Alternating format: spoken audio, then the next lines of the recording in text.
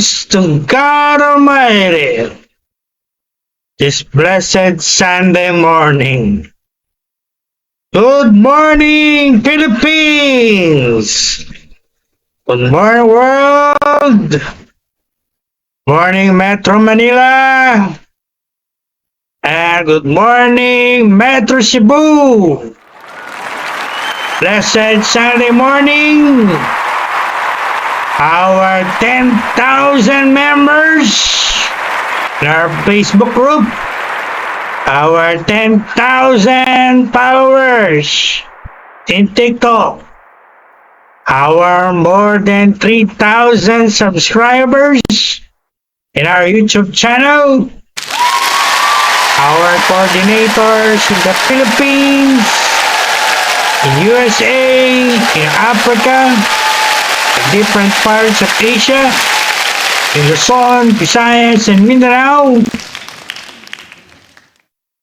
Welcome, everyone, to our powerful worship service this blessed Sunday morning, and the anointed worldwide Bible exposition of Bishop James Lopez.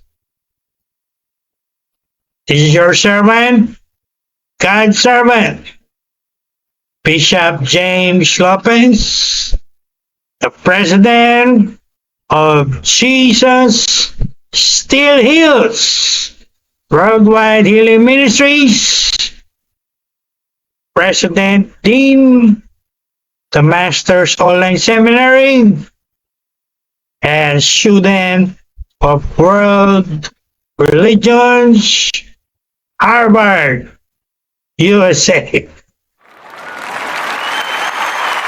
And if you are new to our YouTube channel, I want you now to click the red subscribe button and follow me in Facebook, in TikTok, in Instagram, in Twitter, and all of our social media platforms.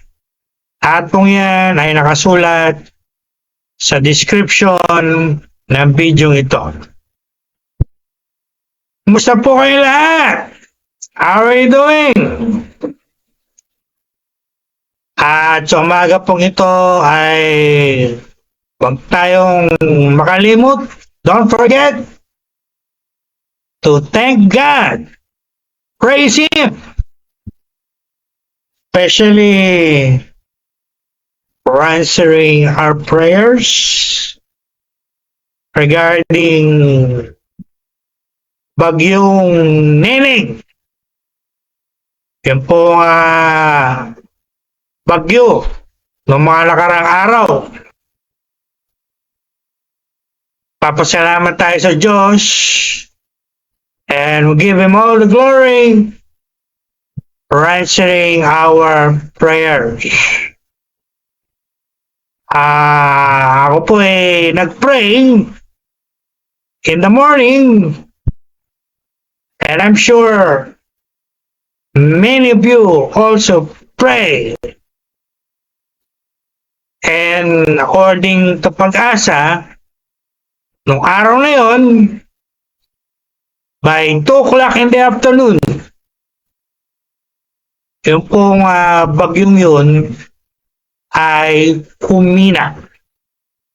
And by 5 o'clock, it exit our area of responsibility. So I want to remind everyone, don't forget that powerful miracle, prayer answered by God. Tunay ang Diyos po ay sumasagot sa panalangin ng kanyang mga anak. Kanyang mga anak, hindi ng mga makasalanang tao or the people of the world. God listens and answers the prayers of His children. And I want everyone to Him and praise Him and give Him all the glory this morning. He is the God who stopped the rain, and He is the God who brings the rain. Glory to God Almighty. Praise the Lord Jesus Christ. Dako na po tayo sa pinaka-importanteng parte ng ating worship service. At yan po yung pag-aaral ng salita ng Diyos. At ngayon pong umaga, prepared another very exciting, very interesting topic. And I want everyone watching to watch this teaching, this video, until the end. Don't go away. We're just starting. Tapusin niyo po ang panonood until the end, kapag napakaganda po ng ating pag-aaralan sa umagang ito. And it is about righteous judgment over hypocritical judgment. I'm sure many of you already heard the popular phrase, don't be judgmental. And the message was simple. Don't judge people. Don't condemn people. And today, that same idea has become very popular in our society, in our beloved country. Whenever someone points out sin, faults, or wrongdoings, people immediately respond, who are you to judge? Who are you to judge me? Sino ka para i-judge ako? Yun ang madalas nilang response or sagot. And they often quote the verse from Matthew chapter 7 verse 1 that says, don't judge that you be not judged. But the big question this morning, is that really what the Lord Jesus Christ meant? Did the Lord Jesus Christ prohibit all judgment? Ang ibig bang sabihin ng verse na yun, hindi tayo dapat mag-judge ng tao? Is that what you understand or you know about that verse in the Bible? The answer is no. No, no, no. That verse Matthew 7 verse 1. One of the most misunderstood passage in the Bible. Many people misunderstood it, misquoted, and misapply it. Again, the Lord Jesus is not prohibiting all judgment. So, ano ibig sabihin nun, verse na yun, Bishop? You want to know the correct answer? The correct answer is this. Makinig kayo mabuti. Listen up. The Lord Jesus was condemning or prohibiting hypocritical, self-righteous judgment. Not all judgment. Not righteous judgment. Sa Tagalog, ang tinutukoy doon, ang pinagbabawal doon ni Lord, yung tinatawag na hypocritical judgment. Ginajudge mo, hinahatulan mo yung iba, pero mas mabigat, mas malaki yung kasalanan sa buhay mo. Yun po ang tunay at tamang kahulugan nun. In the original Greek,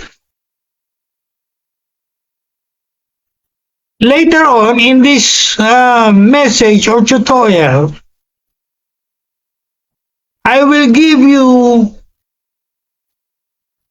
Greek text analysis of that verse, of that passage, so that all of you out there will really understand and know it correctly according to its original writing in the original Greek text manuscript.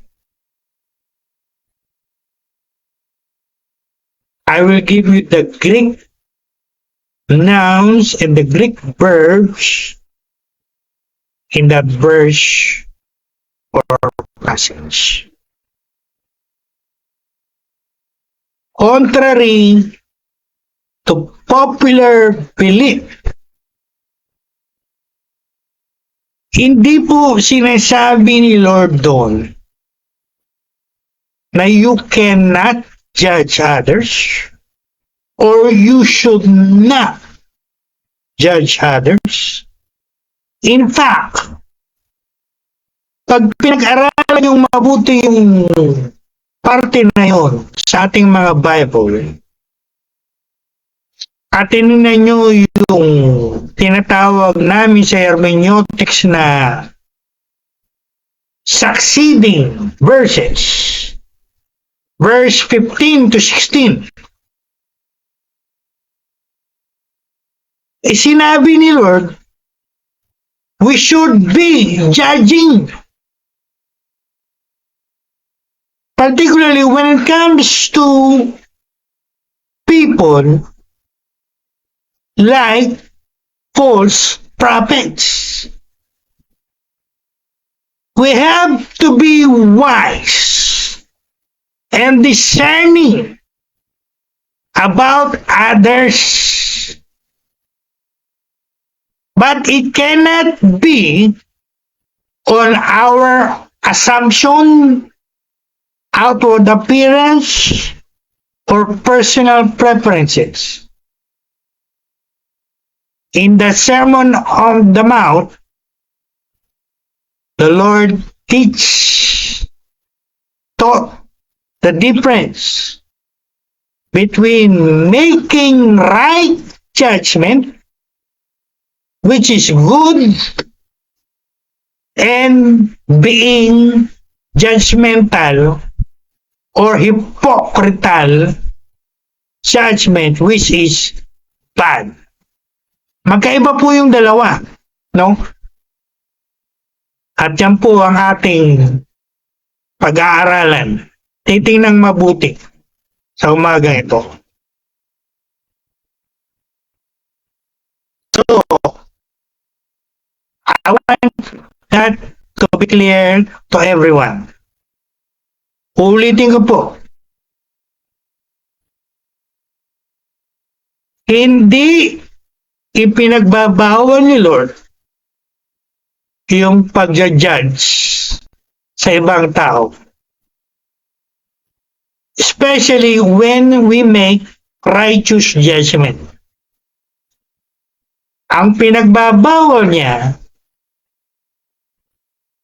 ay yung hypocritical judgment. Na gaya ng sinabi ko kanina, ibig sabihin nun, tinahatulan mo, sinajudge mo, kinukondem mo yung iba,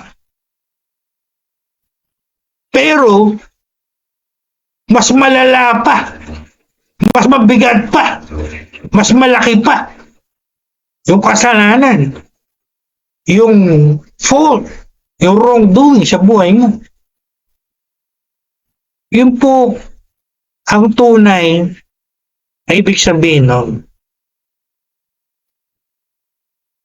At alam natin, maraming tao magaling, eksperto sa pag-expose ng kamalian ng iba. Samantalang hindi nila pinapansin yung mga mas malalaking kasalanan sa kanilang mga buhay.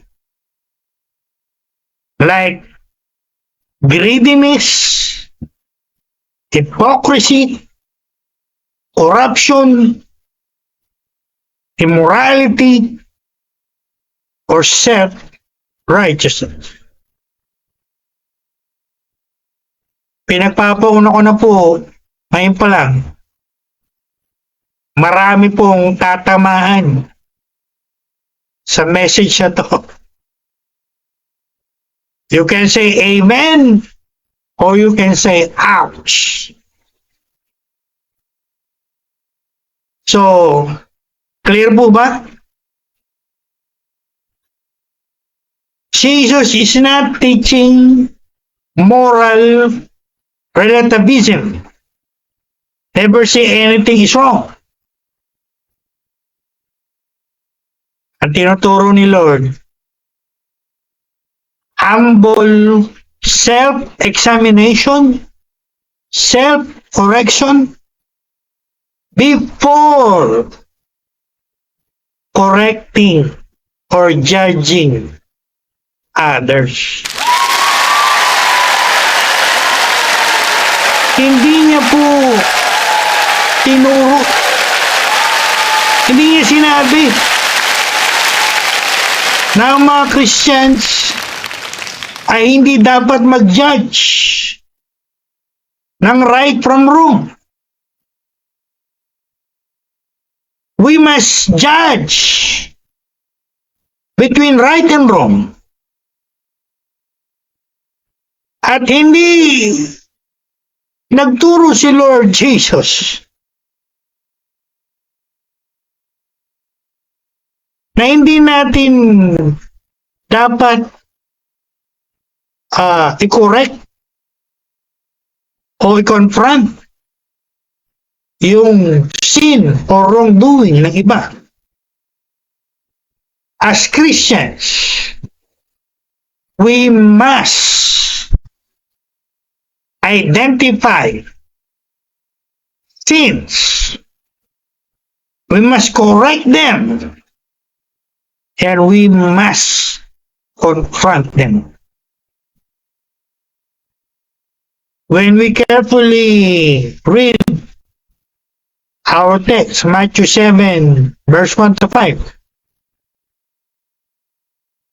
Again, hindi po sinasabi ni Lord, hindi pinagbabawal ni Lord all judgment. You can judge and you must judge with righteous judgment, without hypocritical judgment. Sabi nga ni Lord sa text na yun, pagkatapos mong alisin yung troso sa buhay mo,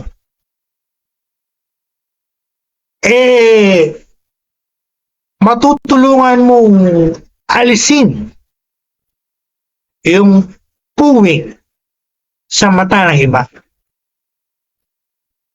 And that requires discernment and righteous judgment. So, ang real issue po dito na ina-address ni Lord ay hypocritical judgment. When he said, do not judge, he was saying, teaching, don't judge if the sins and the wrongdoings in your life are bigger or worse than others. So he was warning people, don't condemn or judge others with hypocrisy while ignoring bigger, worse sins or wrongdoing in your life.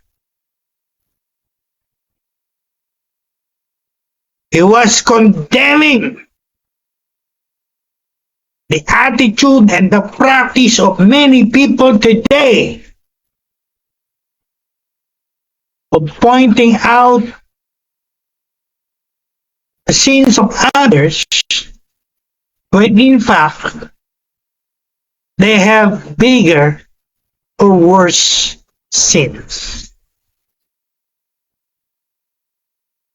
Clear po ba? Getcho po ba? So, I pray that is clear to everyone. That should be your understanding. That should be your knowledge. That should be your realization this morning. The message of the Lord is clear. Before you judge or correct others, allow God first to correct you. Before you judge others, examine yourself.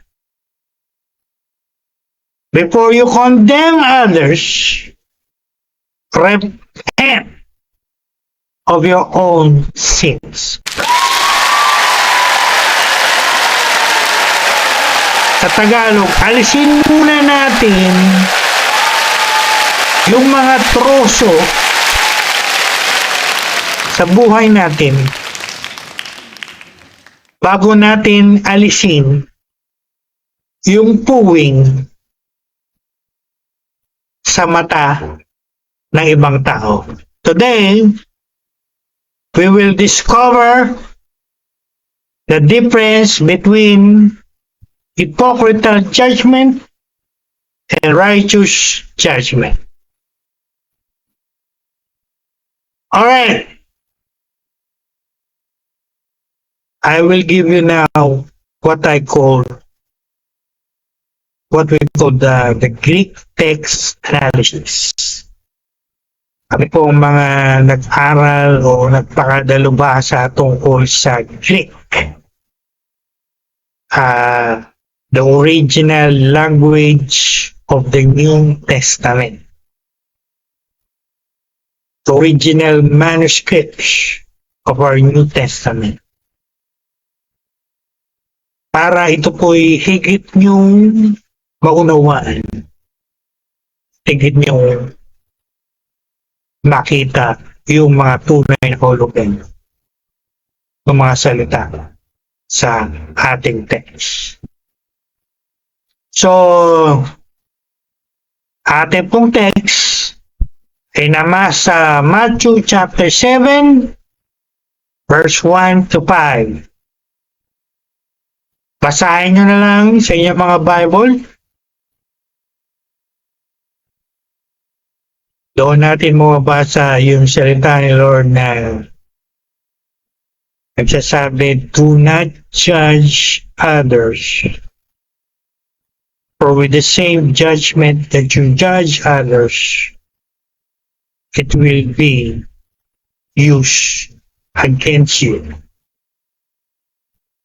And the Lord said there, remove first the log, yung troso, yung malaking kahon in your life before you remove yung maliit na puwing sa mata ng ibang tao. At ang matindi po doon sa ating text, sa verse 5, yung sinabi ni Lord, hypocrite. Bigat pong salita yun. I'm sure you don't want to be called a hypocrite. Walang gusto mong ma-label na hypocrite.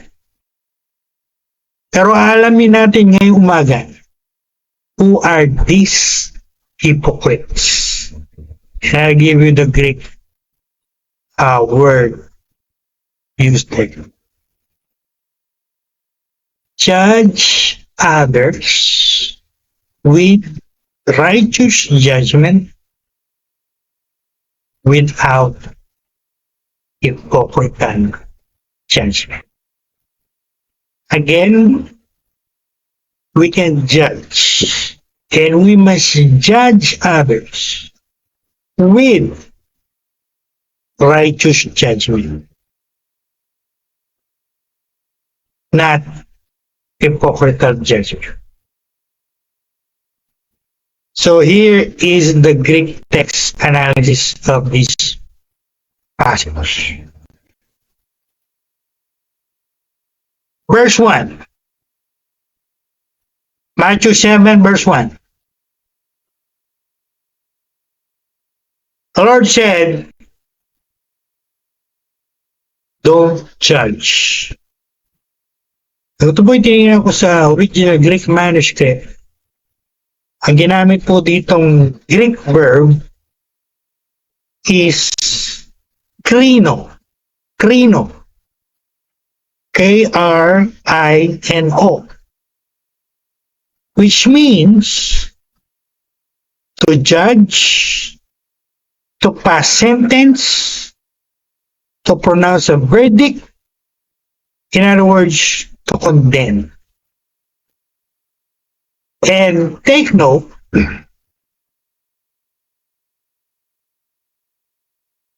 he used the present imperative. Alam niya ng mga nag-aral ng Greek. It often carries the force of, ito po ang ibig sabihin niya in the original Greek. Makinig po kayo. Stop stop doing that habitually. So what he's saying there is stop doing habitually that hypocritical judging. Stop it. Stop that habit. Stop that practice. Gaya ng sabi ko po kanina, maraming tao, habit yan, practice yan. Magaling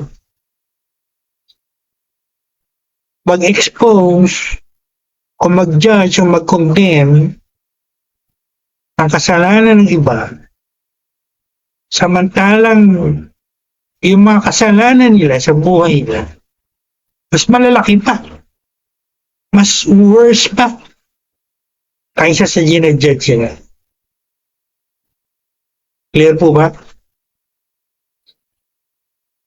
It is saying in the Greek, do not continue that kind of judging.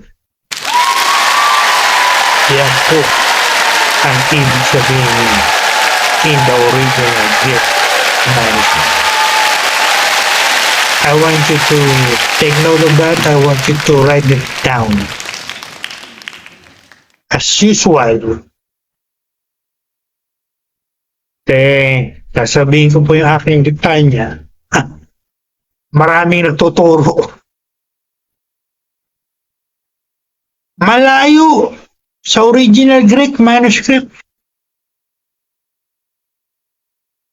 Hindi naman nag-aral ng Greek.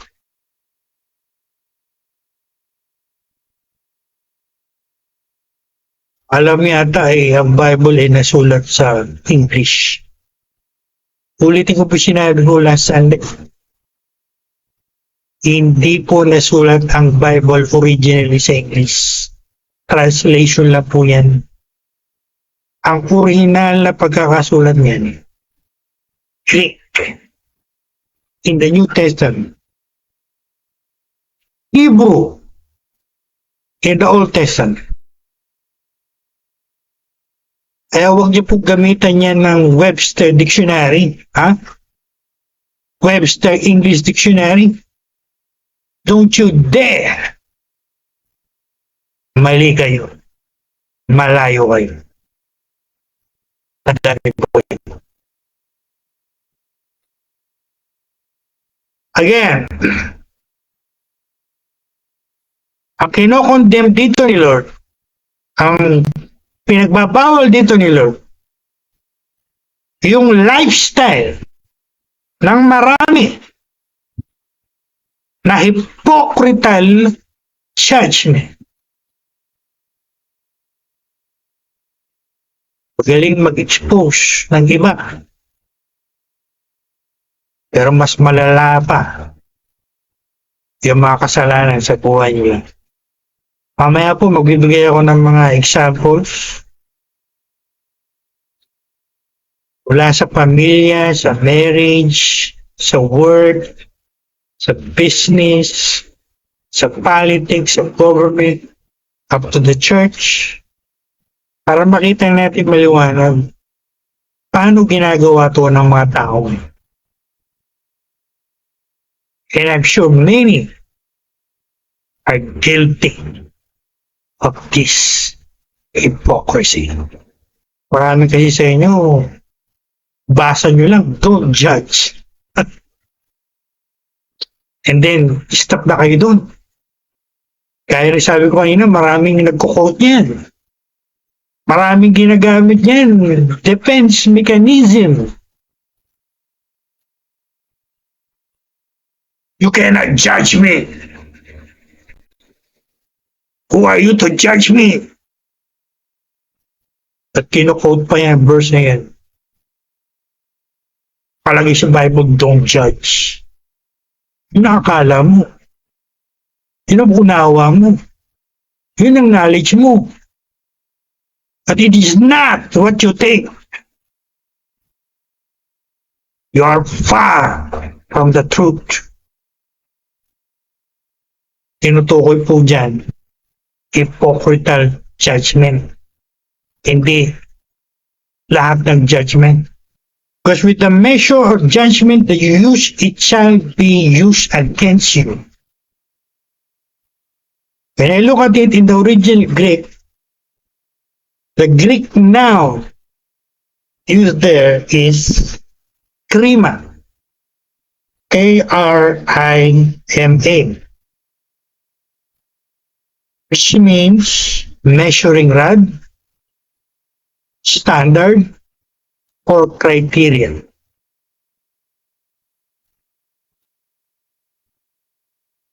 So, sinasabi dito ni Lord sa verse 2, the standard of judgment that you use on others will become the standard or the criteria or the measuring rod that the Lord will use to evaluate you. In other words, kung ano yung sinabi mo judgment sa iba, ibabalik yan ni Lord sa'yo. So you better be sure na malinis ka, Pagkat kung kinokondem mo o ginajudge mo yung iba, ganun ka rin, you're doing the same thing. So, ano ibig sabihin mo? When you condemn others, you're condemning yourself.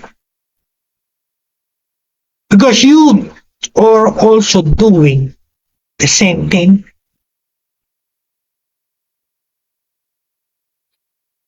O tayong mga Pilipino, meron tayong salikain, di ba? Sabi nila, ang magnanakaw, galit, saka po ang magnanakaw. Kinokondem, ginajudge yung pagnanakaw ng iba, pero siya rin, may isa ring magnanakaw. O di sa pag-condemn mo, pag-judge mo sa iba, di sarili mo kinokondem mo because you're doing the same thing. Mamaya, ipo-point out ko po yan sa nangyayari sa ating government. When it comes to corruption at pagnanakaw, makikita natin kung sino yung mga hipokrito at hipokrita in our government or in our politics. So clear po ba yung verse 2? Verse 3. Respect and sa Tagalog yung puwing saka yung troso. Alam niyo po ba ito ay humorous hyperbole? Pag sinabing humorous, may humor, may sense of humor dito. In other words, kakatawa. Hyperbole, exaggeration. Ano yung nakakatawa dito? When the Lord intentionally used humorous hyperbole,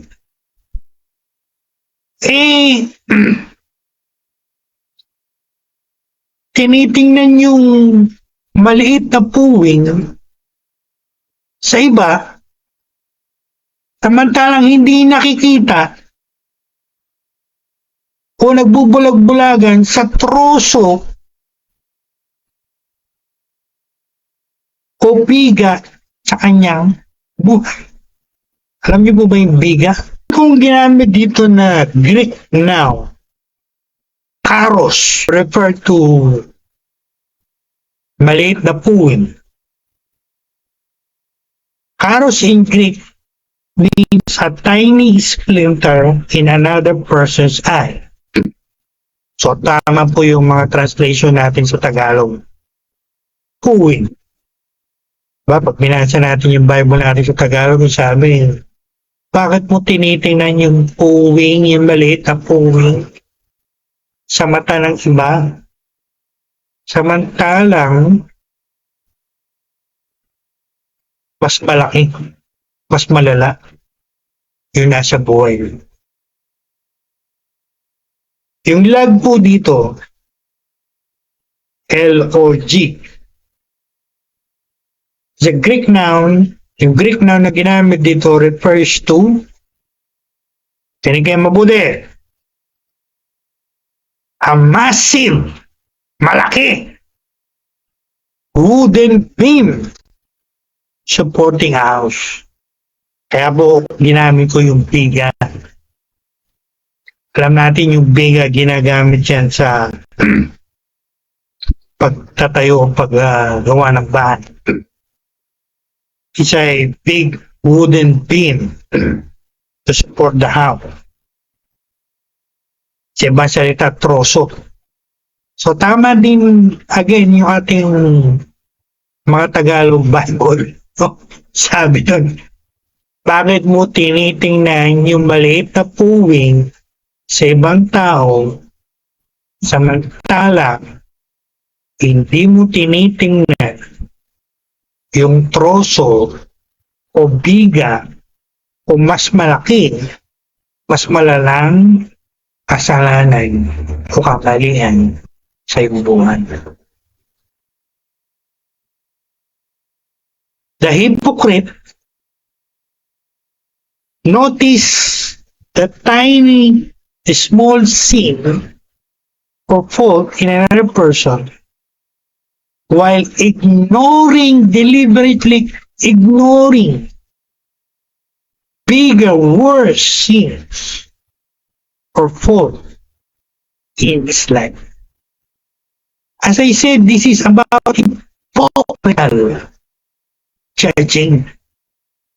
Hindi po to all judgment per se. Kaya ng sinasabi o akala o pagkaunawa ng iba. Ulitin ko yung sinabi ko kanina, hindi kinokondem, hindi pinagbabawa ni Lord yung all judgment. Lalo na kung righteous, tama, matuwid yung judgment mo sa iba. Ang kinokondem at pinagbabawa ni Lord dito, itong hypocritical judgment na ginagawa ng marami sa iba. Ine-expose, kinokondem yung maliit sa buhay ng ibang tao, pero sa buhay nila malalaki. Malalaban. O hindi maliwanag na ano tawag yun dyan? Hypocrisy. Hypocrite. Kaya po pagdating sa verse 5, ito po, sinabi ni Lord ng kaya nga prangkahan eh.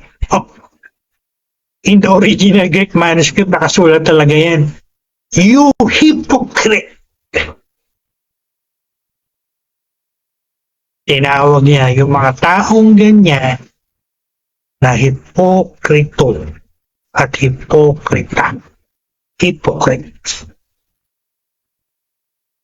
And the original Greek word na ginamit po dito, hypocrites. In Greek, originally meant an actor on a stage wearing a mask. Spiritually, it means a great pretender. Alala nyo, may kanta? I'm a great pretender. A religious actor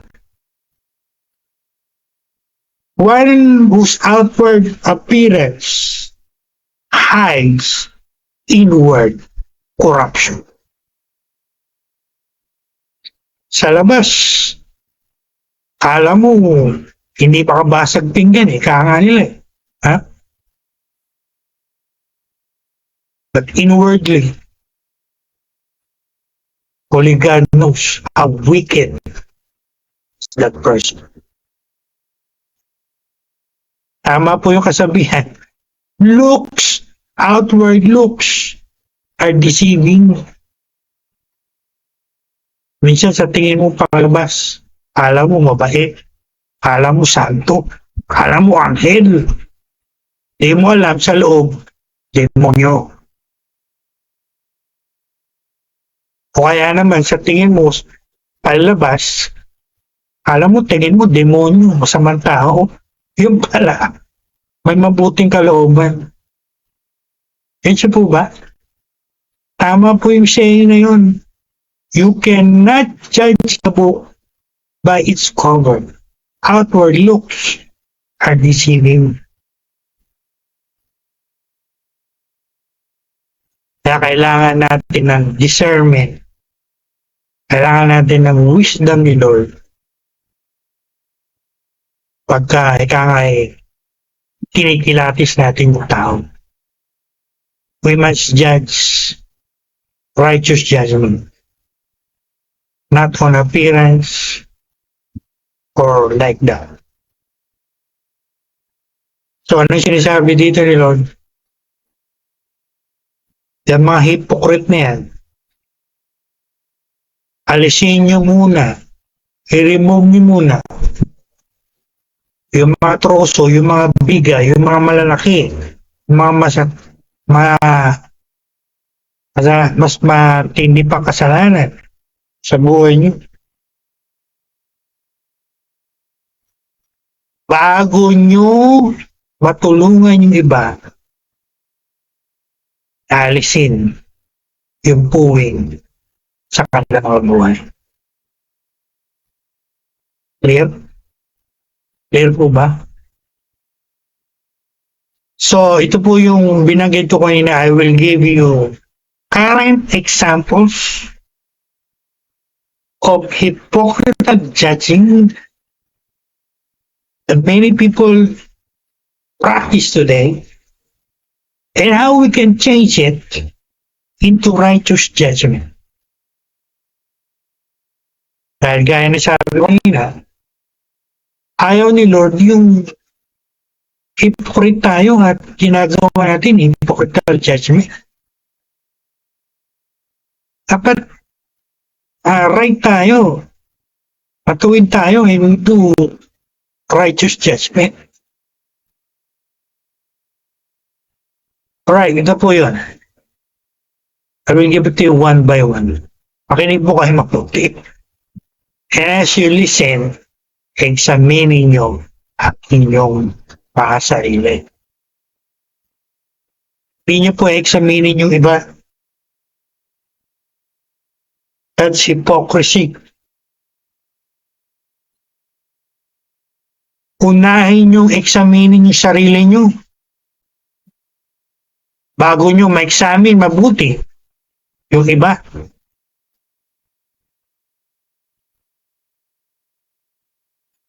For one, in the family. So, makinig kayo. Napakaganda po ng binigay sa akin ni Lord. A parent rebuke a child for lying while practicing bigger or worse lying to neighbors, employees, or relatives. Tagalogin ko po eh. Sa pamilya, makikita mo yan eh. Yung magulang, pwedeng nanay o yung tatay. Nire-rebuke, sinatsaway yung anak niya sa pagsisinungaling.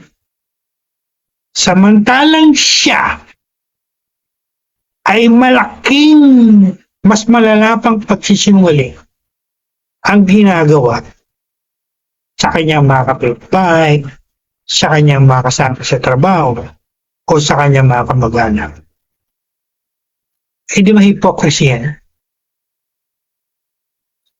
Kinokondem mo yung anak mo sa maliit na bagay, pero ikaw, mas malala o mas malaki pa yung kalokohan mo. Another one, ito marami pong makaka-relate dito. A parent rebukes a child for not going to church on Sundays while practicing not going to church for many years. Oh my God. Marami pong ganyan. Maraming tatamaan dyan. Ginawa ko po yung example yun sapagkat naranasan ko po yan. Ako'y nagpapastor sa Cavite. Binamagulang ko, sige pastor, isama niyo po yung anak ko sa church. Every Sunday, kahit sunduin niyo pa yan. Wala pong problema sa amin. Pero yung magulang, hindi nagsi-church. See? So, kinokondem yung anak sa hindi pag-church. Samantalang siya, ilang taon na ay hindi nagsi-church. And then, na-expect niya yung mga anak niyo na maging good boy or good girl. May takot sa Diyos. Samantalang kayo, hindi kayo nagpapakita ng koneksyon doon. Hindi ba hypocrisy yan? Di ba under yan sa pinag-aaralan natin yan? You're looking at that small things while you're deliberately ignoring bigger, worse thing. So how are we gonna correct that? To make it a righteous judgment? Well, ideally, dapat ang mga magulang nagsiset ng example, good example. Tungkol sa pag-attend sa church, dapat yung magulang ang nagsiset ng example, pupunta sa church, dala-dala yung mga anak. Hindi yung, o sige anak, mag-church ka, magsimba ka. Dito lang kami sa bahay. What an example. Ay pinapakita ng maraming magulang nito. No wonder kakaproblema sila sa mga anak nila. Tapos sa sisisihin yung anak. Pointing the finger at others when they should be pointing their finger at themselves. Bakit nagaganyan yung anak mo?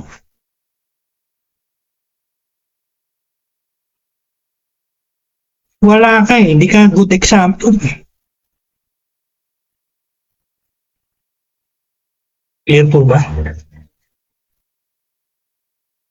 So that's an example in the family. What about in marriage? Ito. Makinig lahat ng couples, lahat ng may asawa. A husband condemns his wife for spending money on shopping, yet he secretly wastes thousands on alcohol, drugs, gambling, online gaming, and other vices. See? Kinokondem ng lalaki yung asawa niya sa pag-spend ng pera sa shopping. Samantalang, mas malaki, mas malala pa yung kasalanan niya sa buhay. Libo-libo ang winawaldas sa mga bisyo, sa paglaklak, alak, o droga, susugal, at iba pang bisyo. Hindi ba hypocrisy yan? Di ba hypocritical yan? Tinitingnan mo yung maliit sa iba, magbubulag-bulagan ka sa malaki, mas malala pa. Buhay mo. O ito pa. Let's make it balance. Hindi lang husband. Wife. A wife condemning his husband for one-time adultery, while the wife was committing repeated adultery with many men. Di ba malaking hypocrisy yan? Inokondem niya yung asawa niya kasi ng babae nang minsan. Samantalang siya naglalaki ng maraming beses. Hindi ba hypocrisy yan? Hindi ba hypocritical judgment yan? So how are you gonna change it? Bakit? Hindi dapat malinis ka. Dapat matuwid ka. Dapat ni-remove mo yung mga malalaking troso ni ka sa buhay mo. Before you can help the other party. Yun po ang point dito ni Lord sa text natin sa Matthew 7, 1-5. Remove first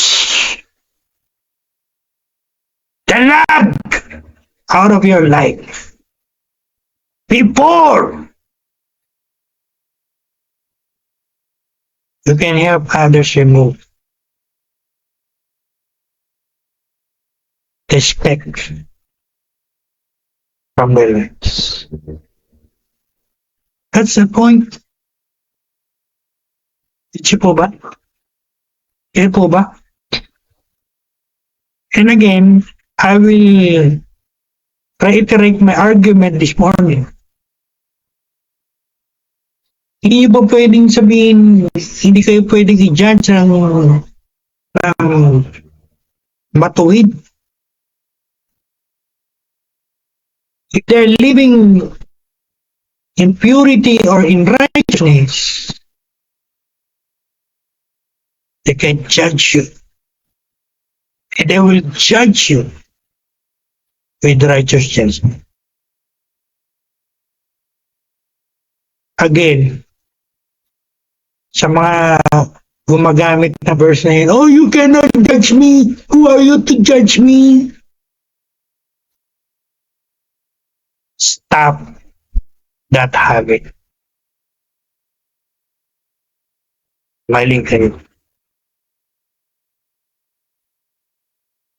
Alam niyo po ba na ang mga tunay na Christians will judge fallen angels?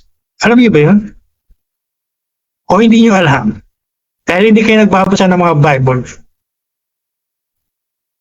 Yan ang argument ni Apostle Paul sa 1 Corinthians. Sabi niya, know ye not that we will judge angels, fallen angels?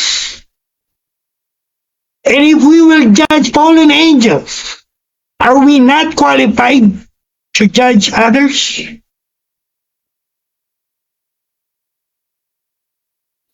Alam niyo yan? O hindi?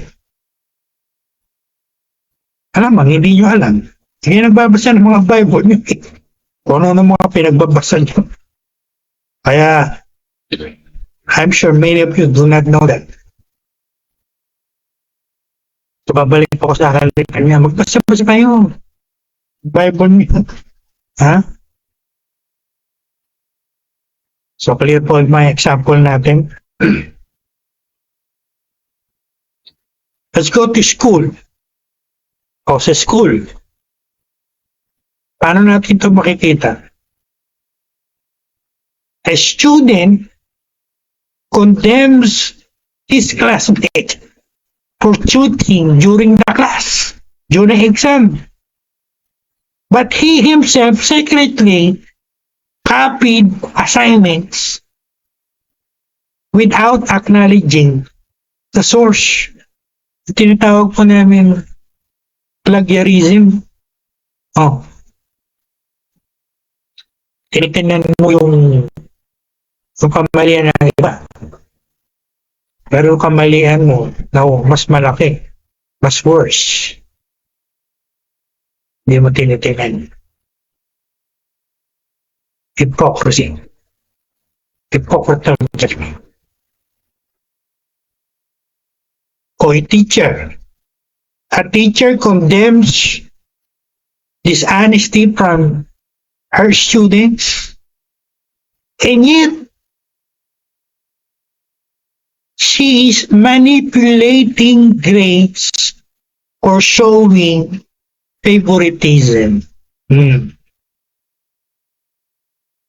Alam mo po yan.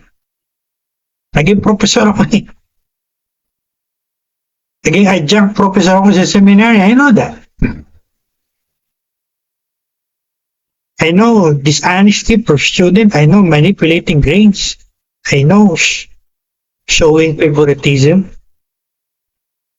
O hindi po ba hypocrisy eh? Tinitingnan yung kamalian ng iba.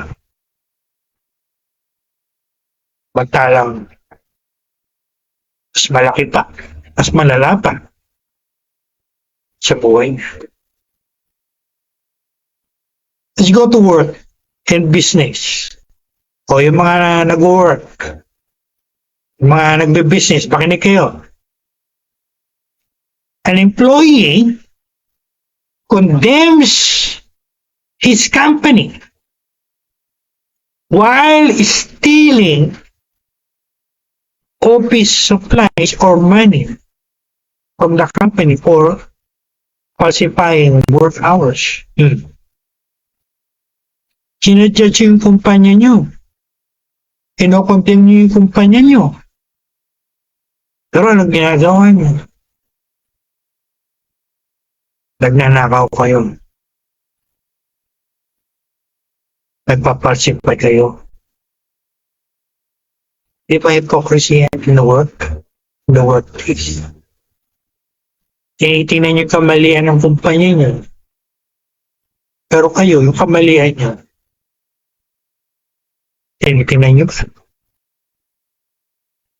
Again, it's hypocritical judging.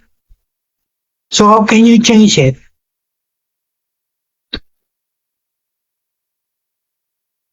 You can judge your company if you are a really kind, malinis, at matuwid na empleyado. Walang masasabi sa'yo. Pero kung ikaw ay gumagawa ka ng mga kalokohan, mas malala ka pa. Mas malaki pa yung ginagawa mo. Ito po ba? Oh. Again, makakapag-complain lang kayo against your company kung malinis kayo. matuwid kayo. Walang masasabi sa inyo. Pero kung magnanakaw kayo at nagpa-falsify kayo ng mga bagay-bagay sa kumpanya nyo, mas worse pa kayo sa kumpanya mo. Sinadjudge yung kinukontempt. Clear po ba? Sa lahat ng mga nag-work? Sa mga nagbi-business, a business owner lectures employees about punctuality and integrity, but refuse to pay proper wages to his employee or avoids paying taxes honestly. See? Marami pong ganyan. No? Bilang business owner, magaling mag-lecture, magsalita sa kanilang mga empleyado. Sila yung owner sila yung may-ari O dapat punctual kayo, o dapat may integrity kayo. Tapos hindi naman marunong magbayad ng tamang pasweldo sa kanyang mga empleyado o hindi nagbabayad ng tamang tax sa government. Di po ba hypocrisy yan?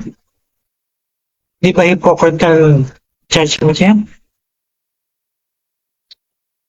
Di ba yun yung nakasulat sa pinag-aaralan natin ngayon? Nakatingin sa pagkakamali lang ba? Pero mas malaki pa, mas malala pa yung ginagawa sa buhay niyo. Again, you could say amen, you could say ouch. Let's go to our barangay or neighborhood. Talaga pong ginawan ni Bishop Lopez to na mga example. I deliberately make up these examples from my own research and study.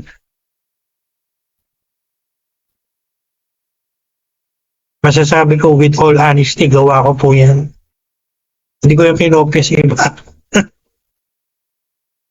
Let's look at the barangay or in our neighborhood. Saan kayo nakatirang barangay o neighborhood? Whosoever you are. Ito, common na nangyayari ito. Isang residente, kinokondem yung ingay, yung kaingayan ng kanyang may ingay na kapitbahay. Samantalang siya mismo nagpa-practice ng maingay na pagdadrive kahit oras niya ng gabi. Marami sa barangay ay natutulog na o nagpapahinga. Di ba malaking hypocrituhan? Inokondem yung fault ng iba. Mas malala pa yung ginagawa sa buhay.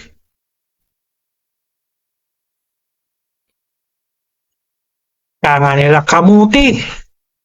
No? Tawag nila dyan, kamuti.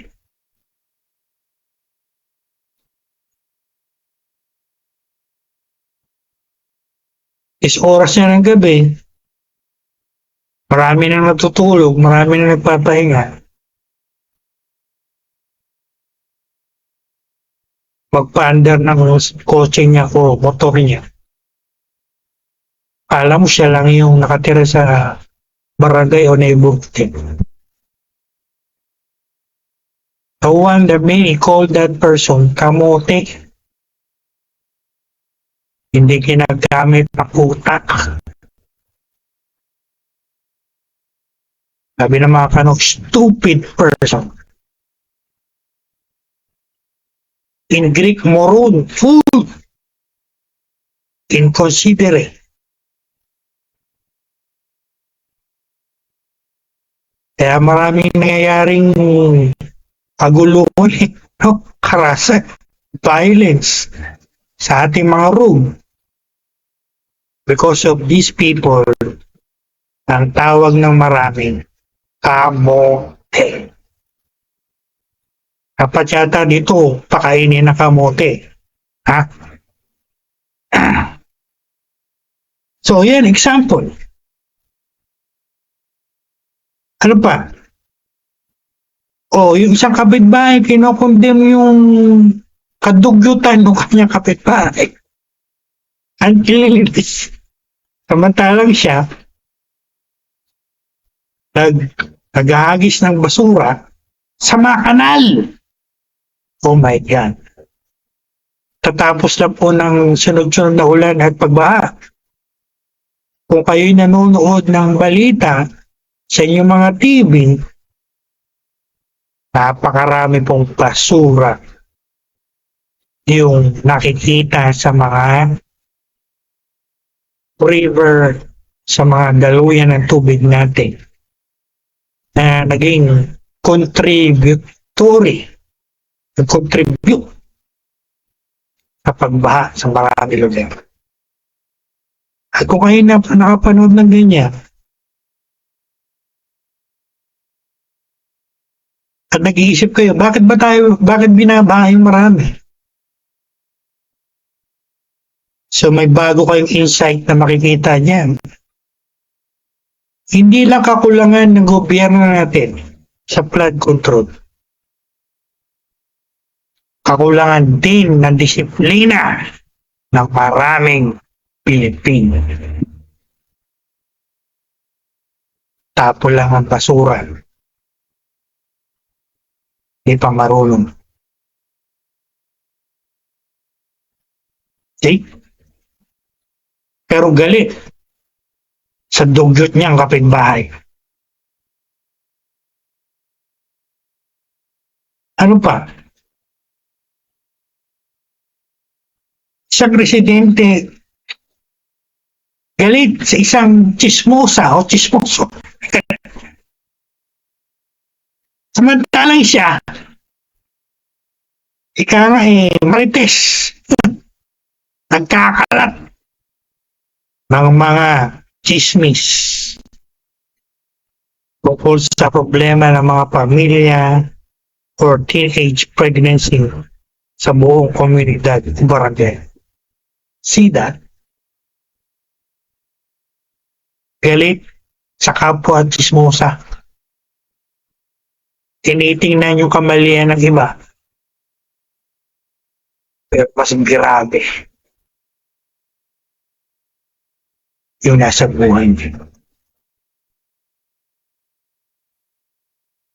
Di mo ba totoo yan?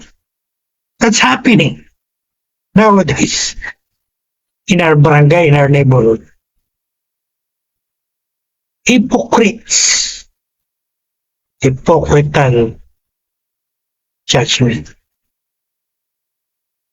Ito yung binanggit ko kanina. Ang magnanakaw, galit sa kapwa magnanakaw. Isang residente, galit na galit sa isang kapitbahay na nagnakaw. Yun pala, secretly, membro na kapitbahay ka. Oh my God. Kasi tama. Again, sabi ko po kanina, tama yung kasabihan natin. Galit ang magnanakaw sa kapwa niya magnanakaw. Oh, let's go to society, politics, government. Bago tayo magtapos sa umaga. Palagay ko alam niyo na po ito. No? Palagay ko alam niyo na yung tinutumbok ni Bishop Lopez. Maraming politiko, maraming government officials, kasama ko na po dyan yung iba pang nasa gobyerno natin, nag-iimbestiga ng mga corruption, ng mga pagnanakaw sa ating gobyerno, while guilty of past or secret corruption or stealing in the past, bigger or worse than those they were investigating right now. Marami pong ganyan. Huh?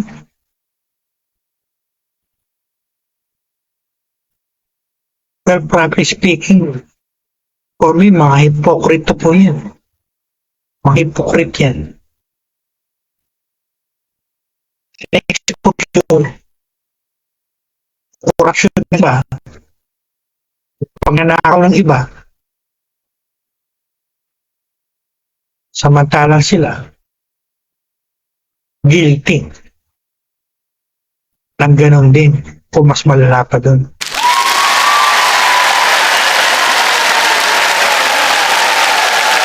Paano po magiging righteous judgment yan bigat?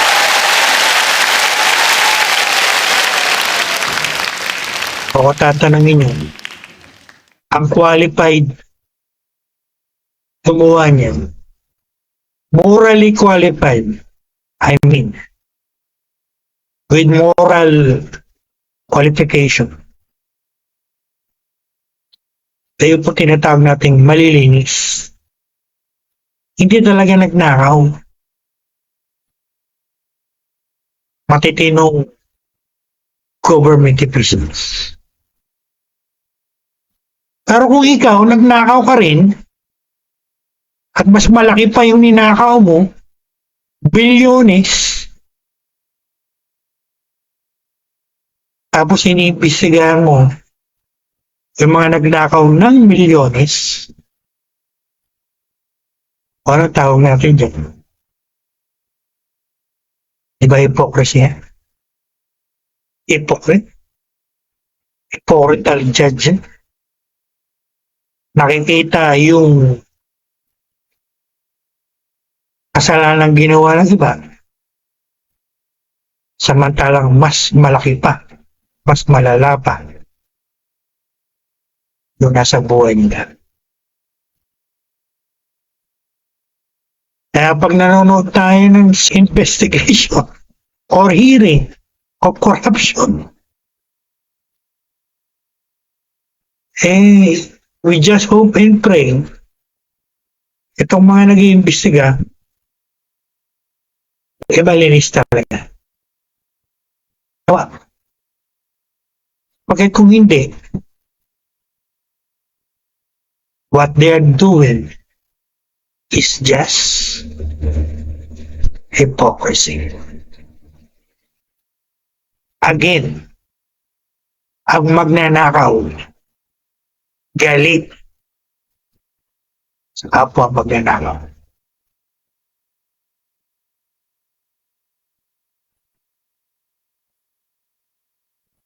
Yan yung sasabi natin, the hypocrites in our government. And only God knows kung sino po yung mga yun. Alam niyo po sa ating panahon ngayon, tawag ko nga sa panahon natin ngayon panahon ng mga great liars, king and queen of denials, and great pretenders.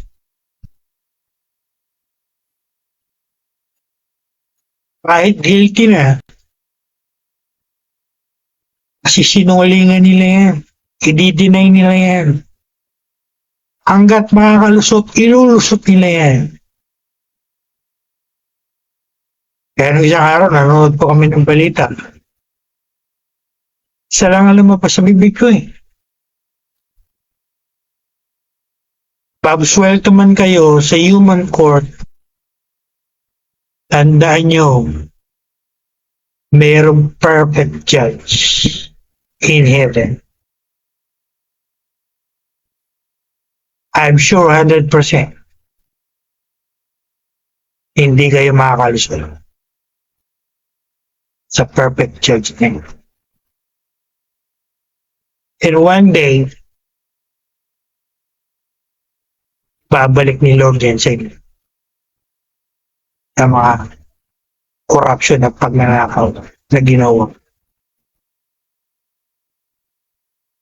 Kahit anong kasinungalingan o denial ang gawin.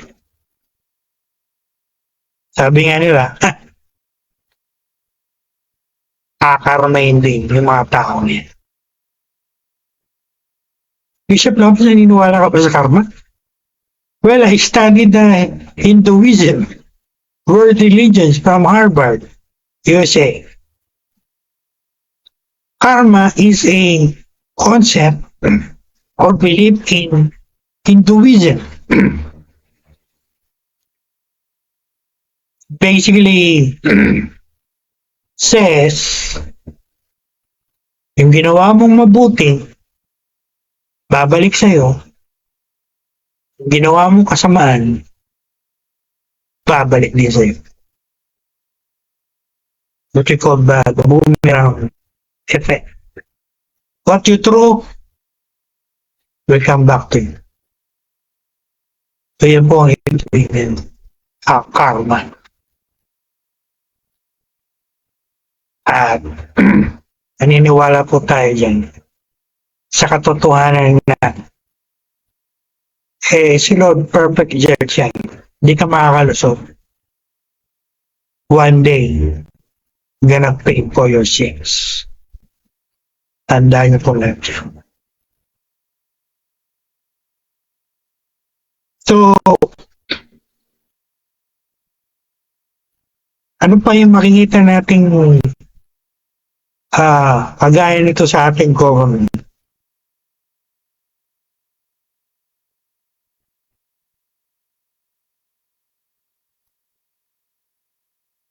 O yung opisyal na ng aresto ng kriminal.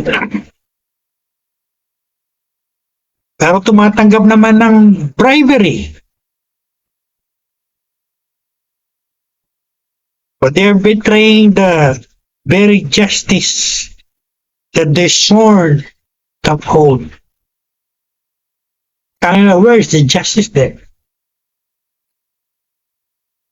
Sa lahat na nasa Department of Justice. Ulitin ko po sinabi ko nung nakaraan kong video. Hindi po ako radio commentator. No? Ako po yung Christian Bishop. Bilang likod ni Lord, pinapakita sa akin ni Lord na maliwanag yan. And I'm saying right now what the Lord is showing to me clearly.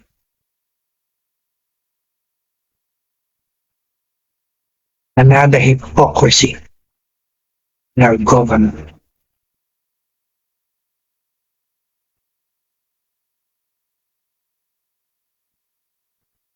At ito po, pagdating sa netizen, mga tinatawag na netizen, makinig kayo. Many citizens condemn corruption in the government. Tama naman. Pero ano pong ginagawa nyo during election? You willingly accept money from vote buying. So,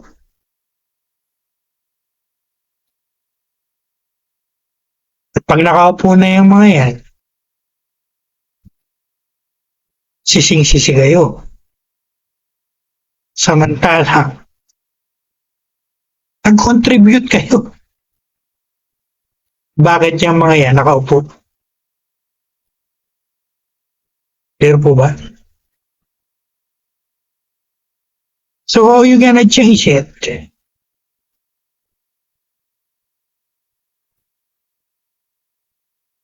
Galit tayo sa corruption ng iba. Eh hindi ba corruption din yan? Tanggap ka ng pera? binibili yung boto mo during election. Isn't it corruption?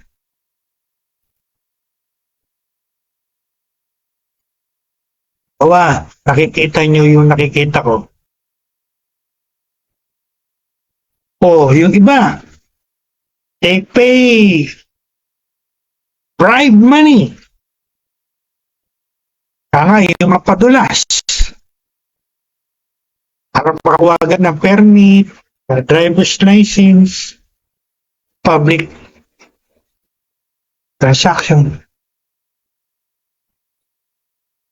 Galit tayo sa corruption sa government. Pero, nagko-contribute kayo sa corruption in the government. Nakikita niyo yan. Gaya ng nakikitang maliwanag. Bishop Lopez.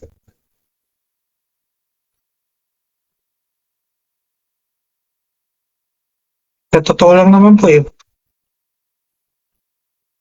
Bakit takaw po yung mga yan? Yung mga korap na yan, yung mga magnanakaw na yan sa government.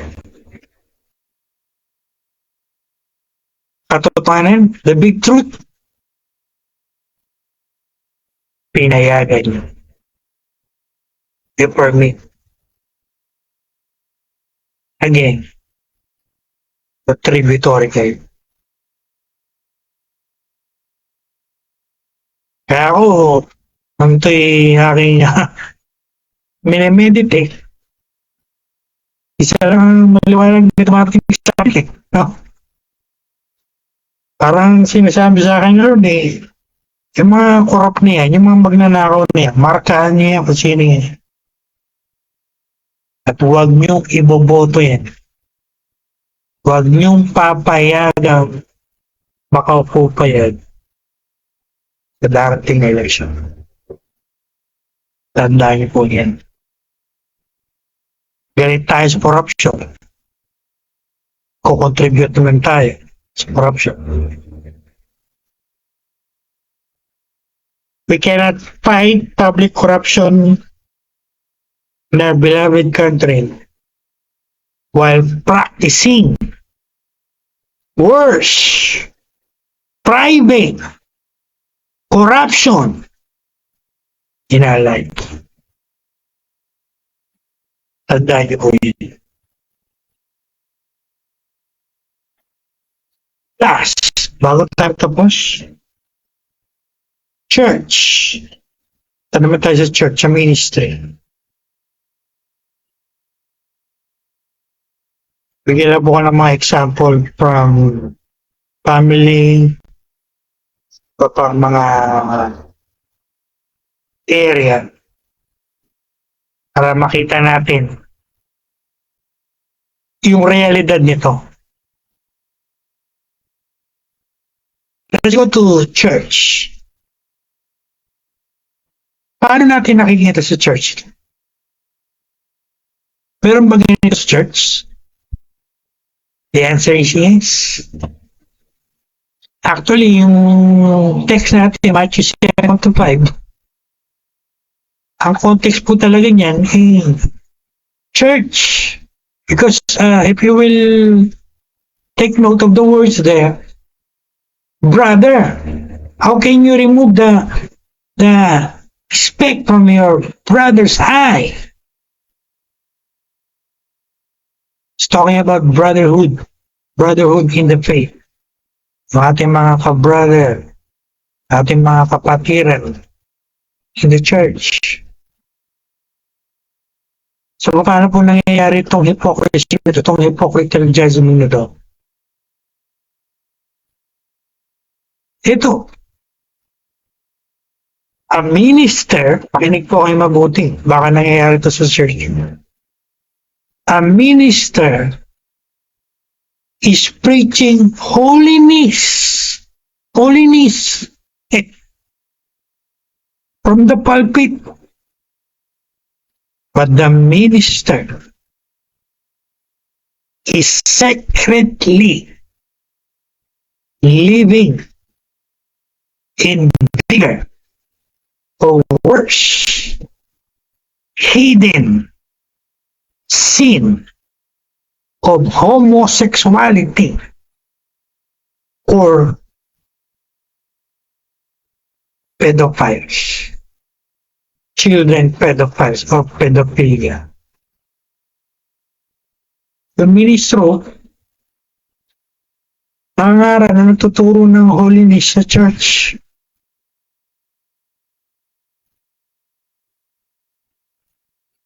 Yun pala, nabubuhay. Ang sikreto, hindi alam ng mga membro. Hindi alam ng mga tao. Homosexuality.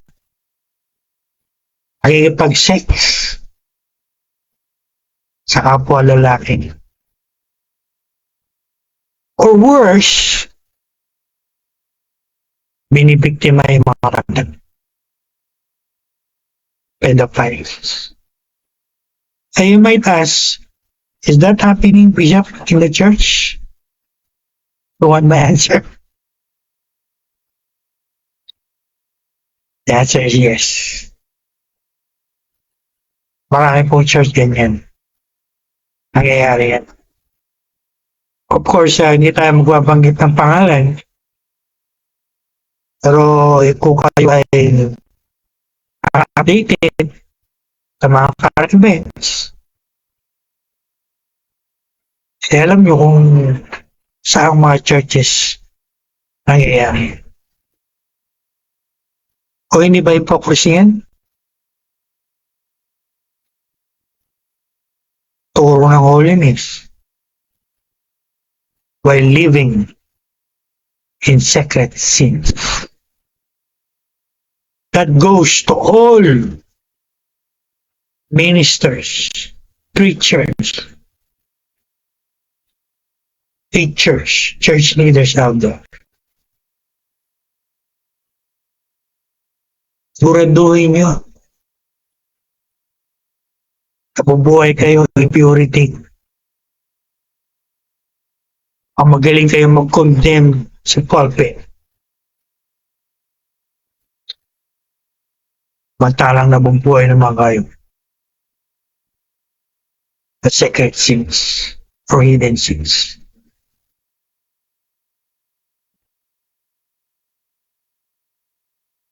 At pagdating sa mga ordinary Christians, o si brother, si sister, kinokondem yung, sabihin natin, greediness sa kanyang kapatiran. Samantalang siya, mas malaki, mas malala yung kasalanan sa buhay. Ito po ba? That's hypocrisy. Hypocritical judging. Calling out the sins or faults of others while deliberately ignoring bigger or worse sins in their lives.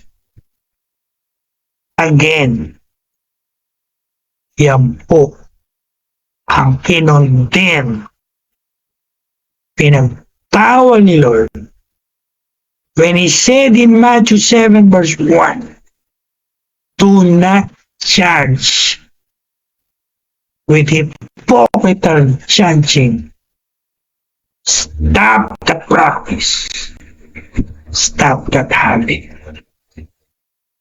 Make sure you do it with righteous judgment. So what will be my conclusion and application?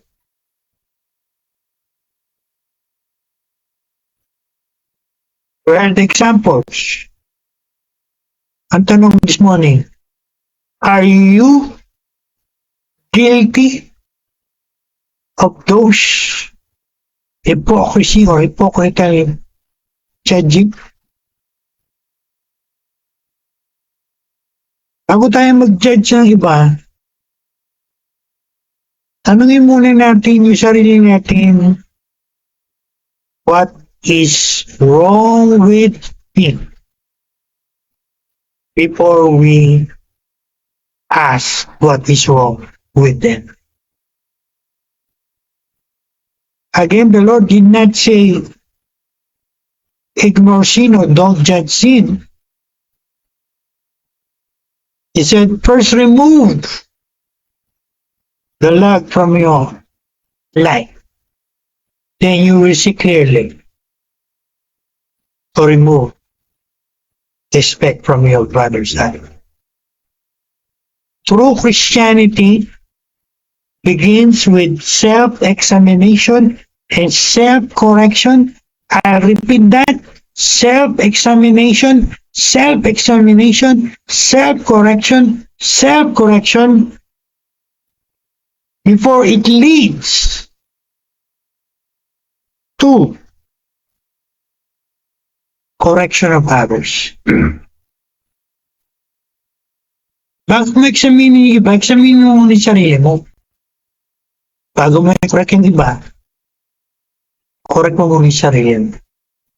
At ang sabi ni Lord, pag nagawa mo yan, kinorek mo yung sarili mo, ni-remove mo yung mga dapat i-remove sa buhay mo, you are qualified. You can judge others with righteous judgment without hypocrite judgment. Clear po ba? So, beloved guys, anong challenge sa atin sa umaga ito? Ay, look at ito sa challenge. Malaking hamon po talaga ito. Ito yung pinagbubulay-bulayan ko. Kaya I will not use encouragement, the word encouragement. I will use the word challenge. Anong hamon o challenge sa ating lahat? Sa ating lahat. Tama po ako dito. Kahit sa akin binigay ni Lord the message ito. This life-changing message is relevant to all of us, whether Christians or non-Christians. Again, message of Lord. Stop doing that between. Do not continue your hypocritical judging. Do not continue your hypocrisy. Tanda po nyo, inondem ni Lord yan. Ayaw ni Lord yun. Again, binigay ko po yung original Greek text analysis niyan. The original Greek, it means stop it. Stop that habit. Do not continue doing. Change it into righteous judgment.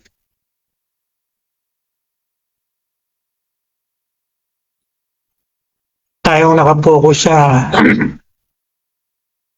salanan o kamalian ng iba. Priority natin i-correct yung sarili natin bago natin before we correct others. Sapagkat pag hindi po natin ginawa yan, sapul tayo sa sinabi nila, hypocrite. You are a hypocrite.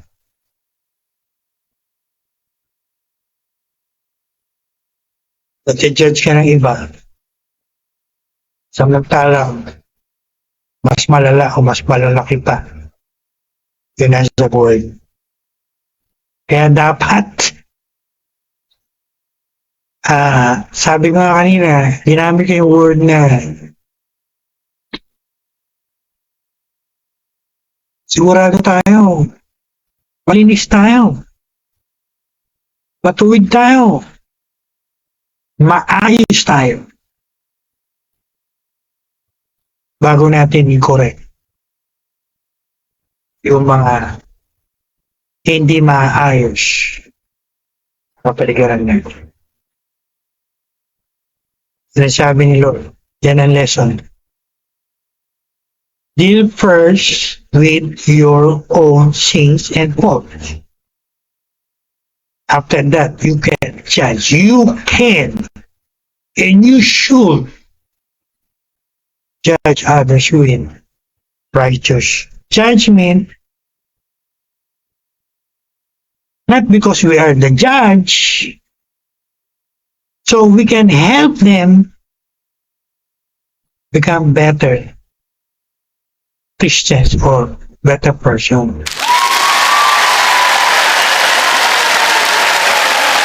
Clear po ba? Maliwanag po ba? So, the challenge to everyone in this tutorial, in this message, powerful this morning. Stop practicing that hypocritical judgment in your life. At the same time, encouraging everyone to judge with righteous judgment. With righteous judgment. Without hypocritical judgment.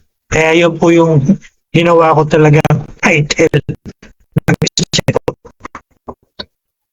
Judge others with righteous judgment without hypocritical judgment.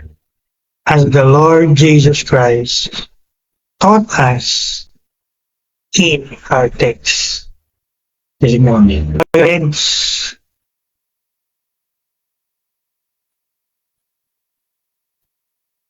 talk to me.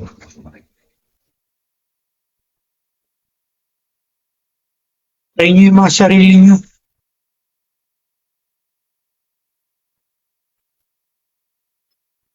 Parang reflection, self-reflection. Am I focusing more on correcting the behaviors of others? Or am I allowing God to correct me first? Ano ang kalagayan ko spiritually? Ako ba hypocrite? Gaya na kinondem dito ni Lord? Or I am avoiding it? Kayo po nakakalam, nakakilala sa sarili. I want everyone to pray for yourself. Do it now. Jesus' name.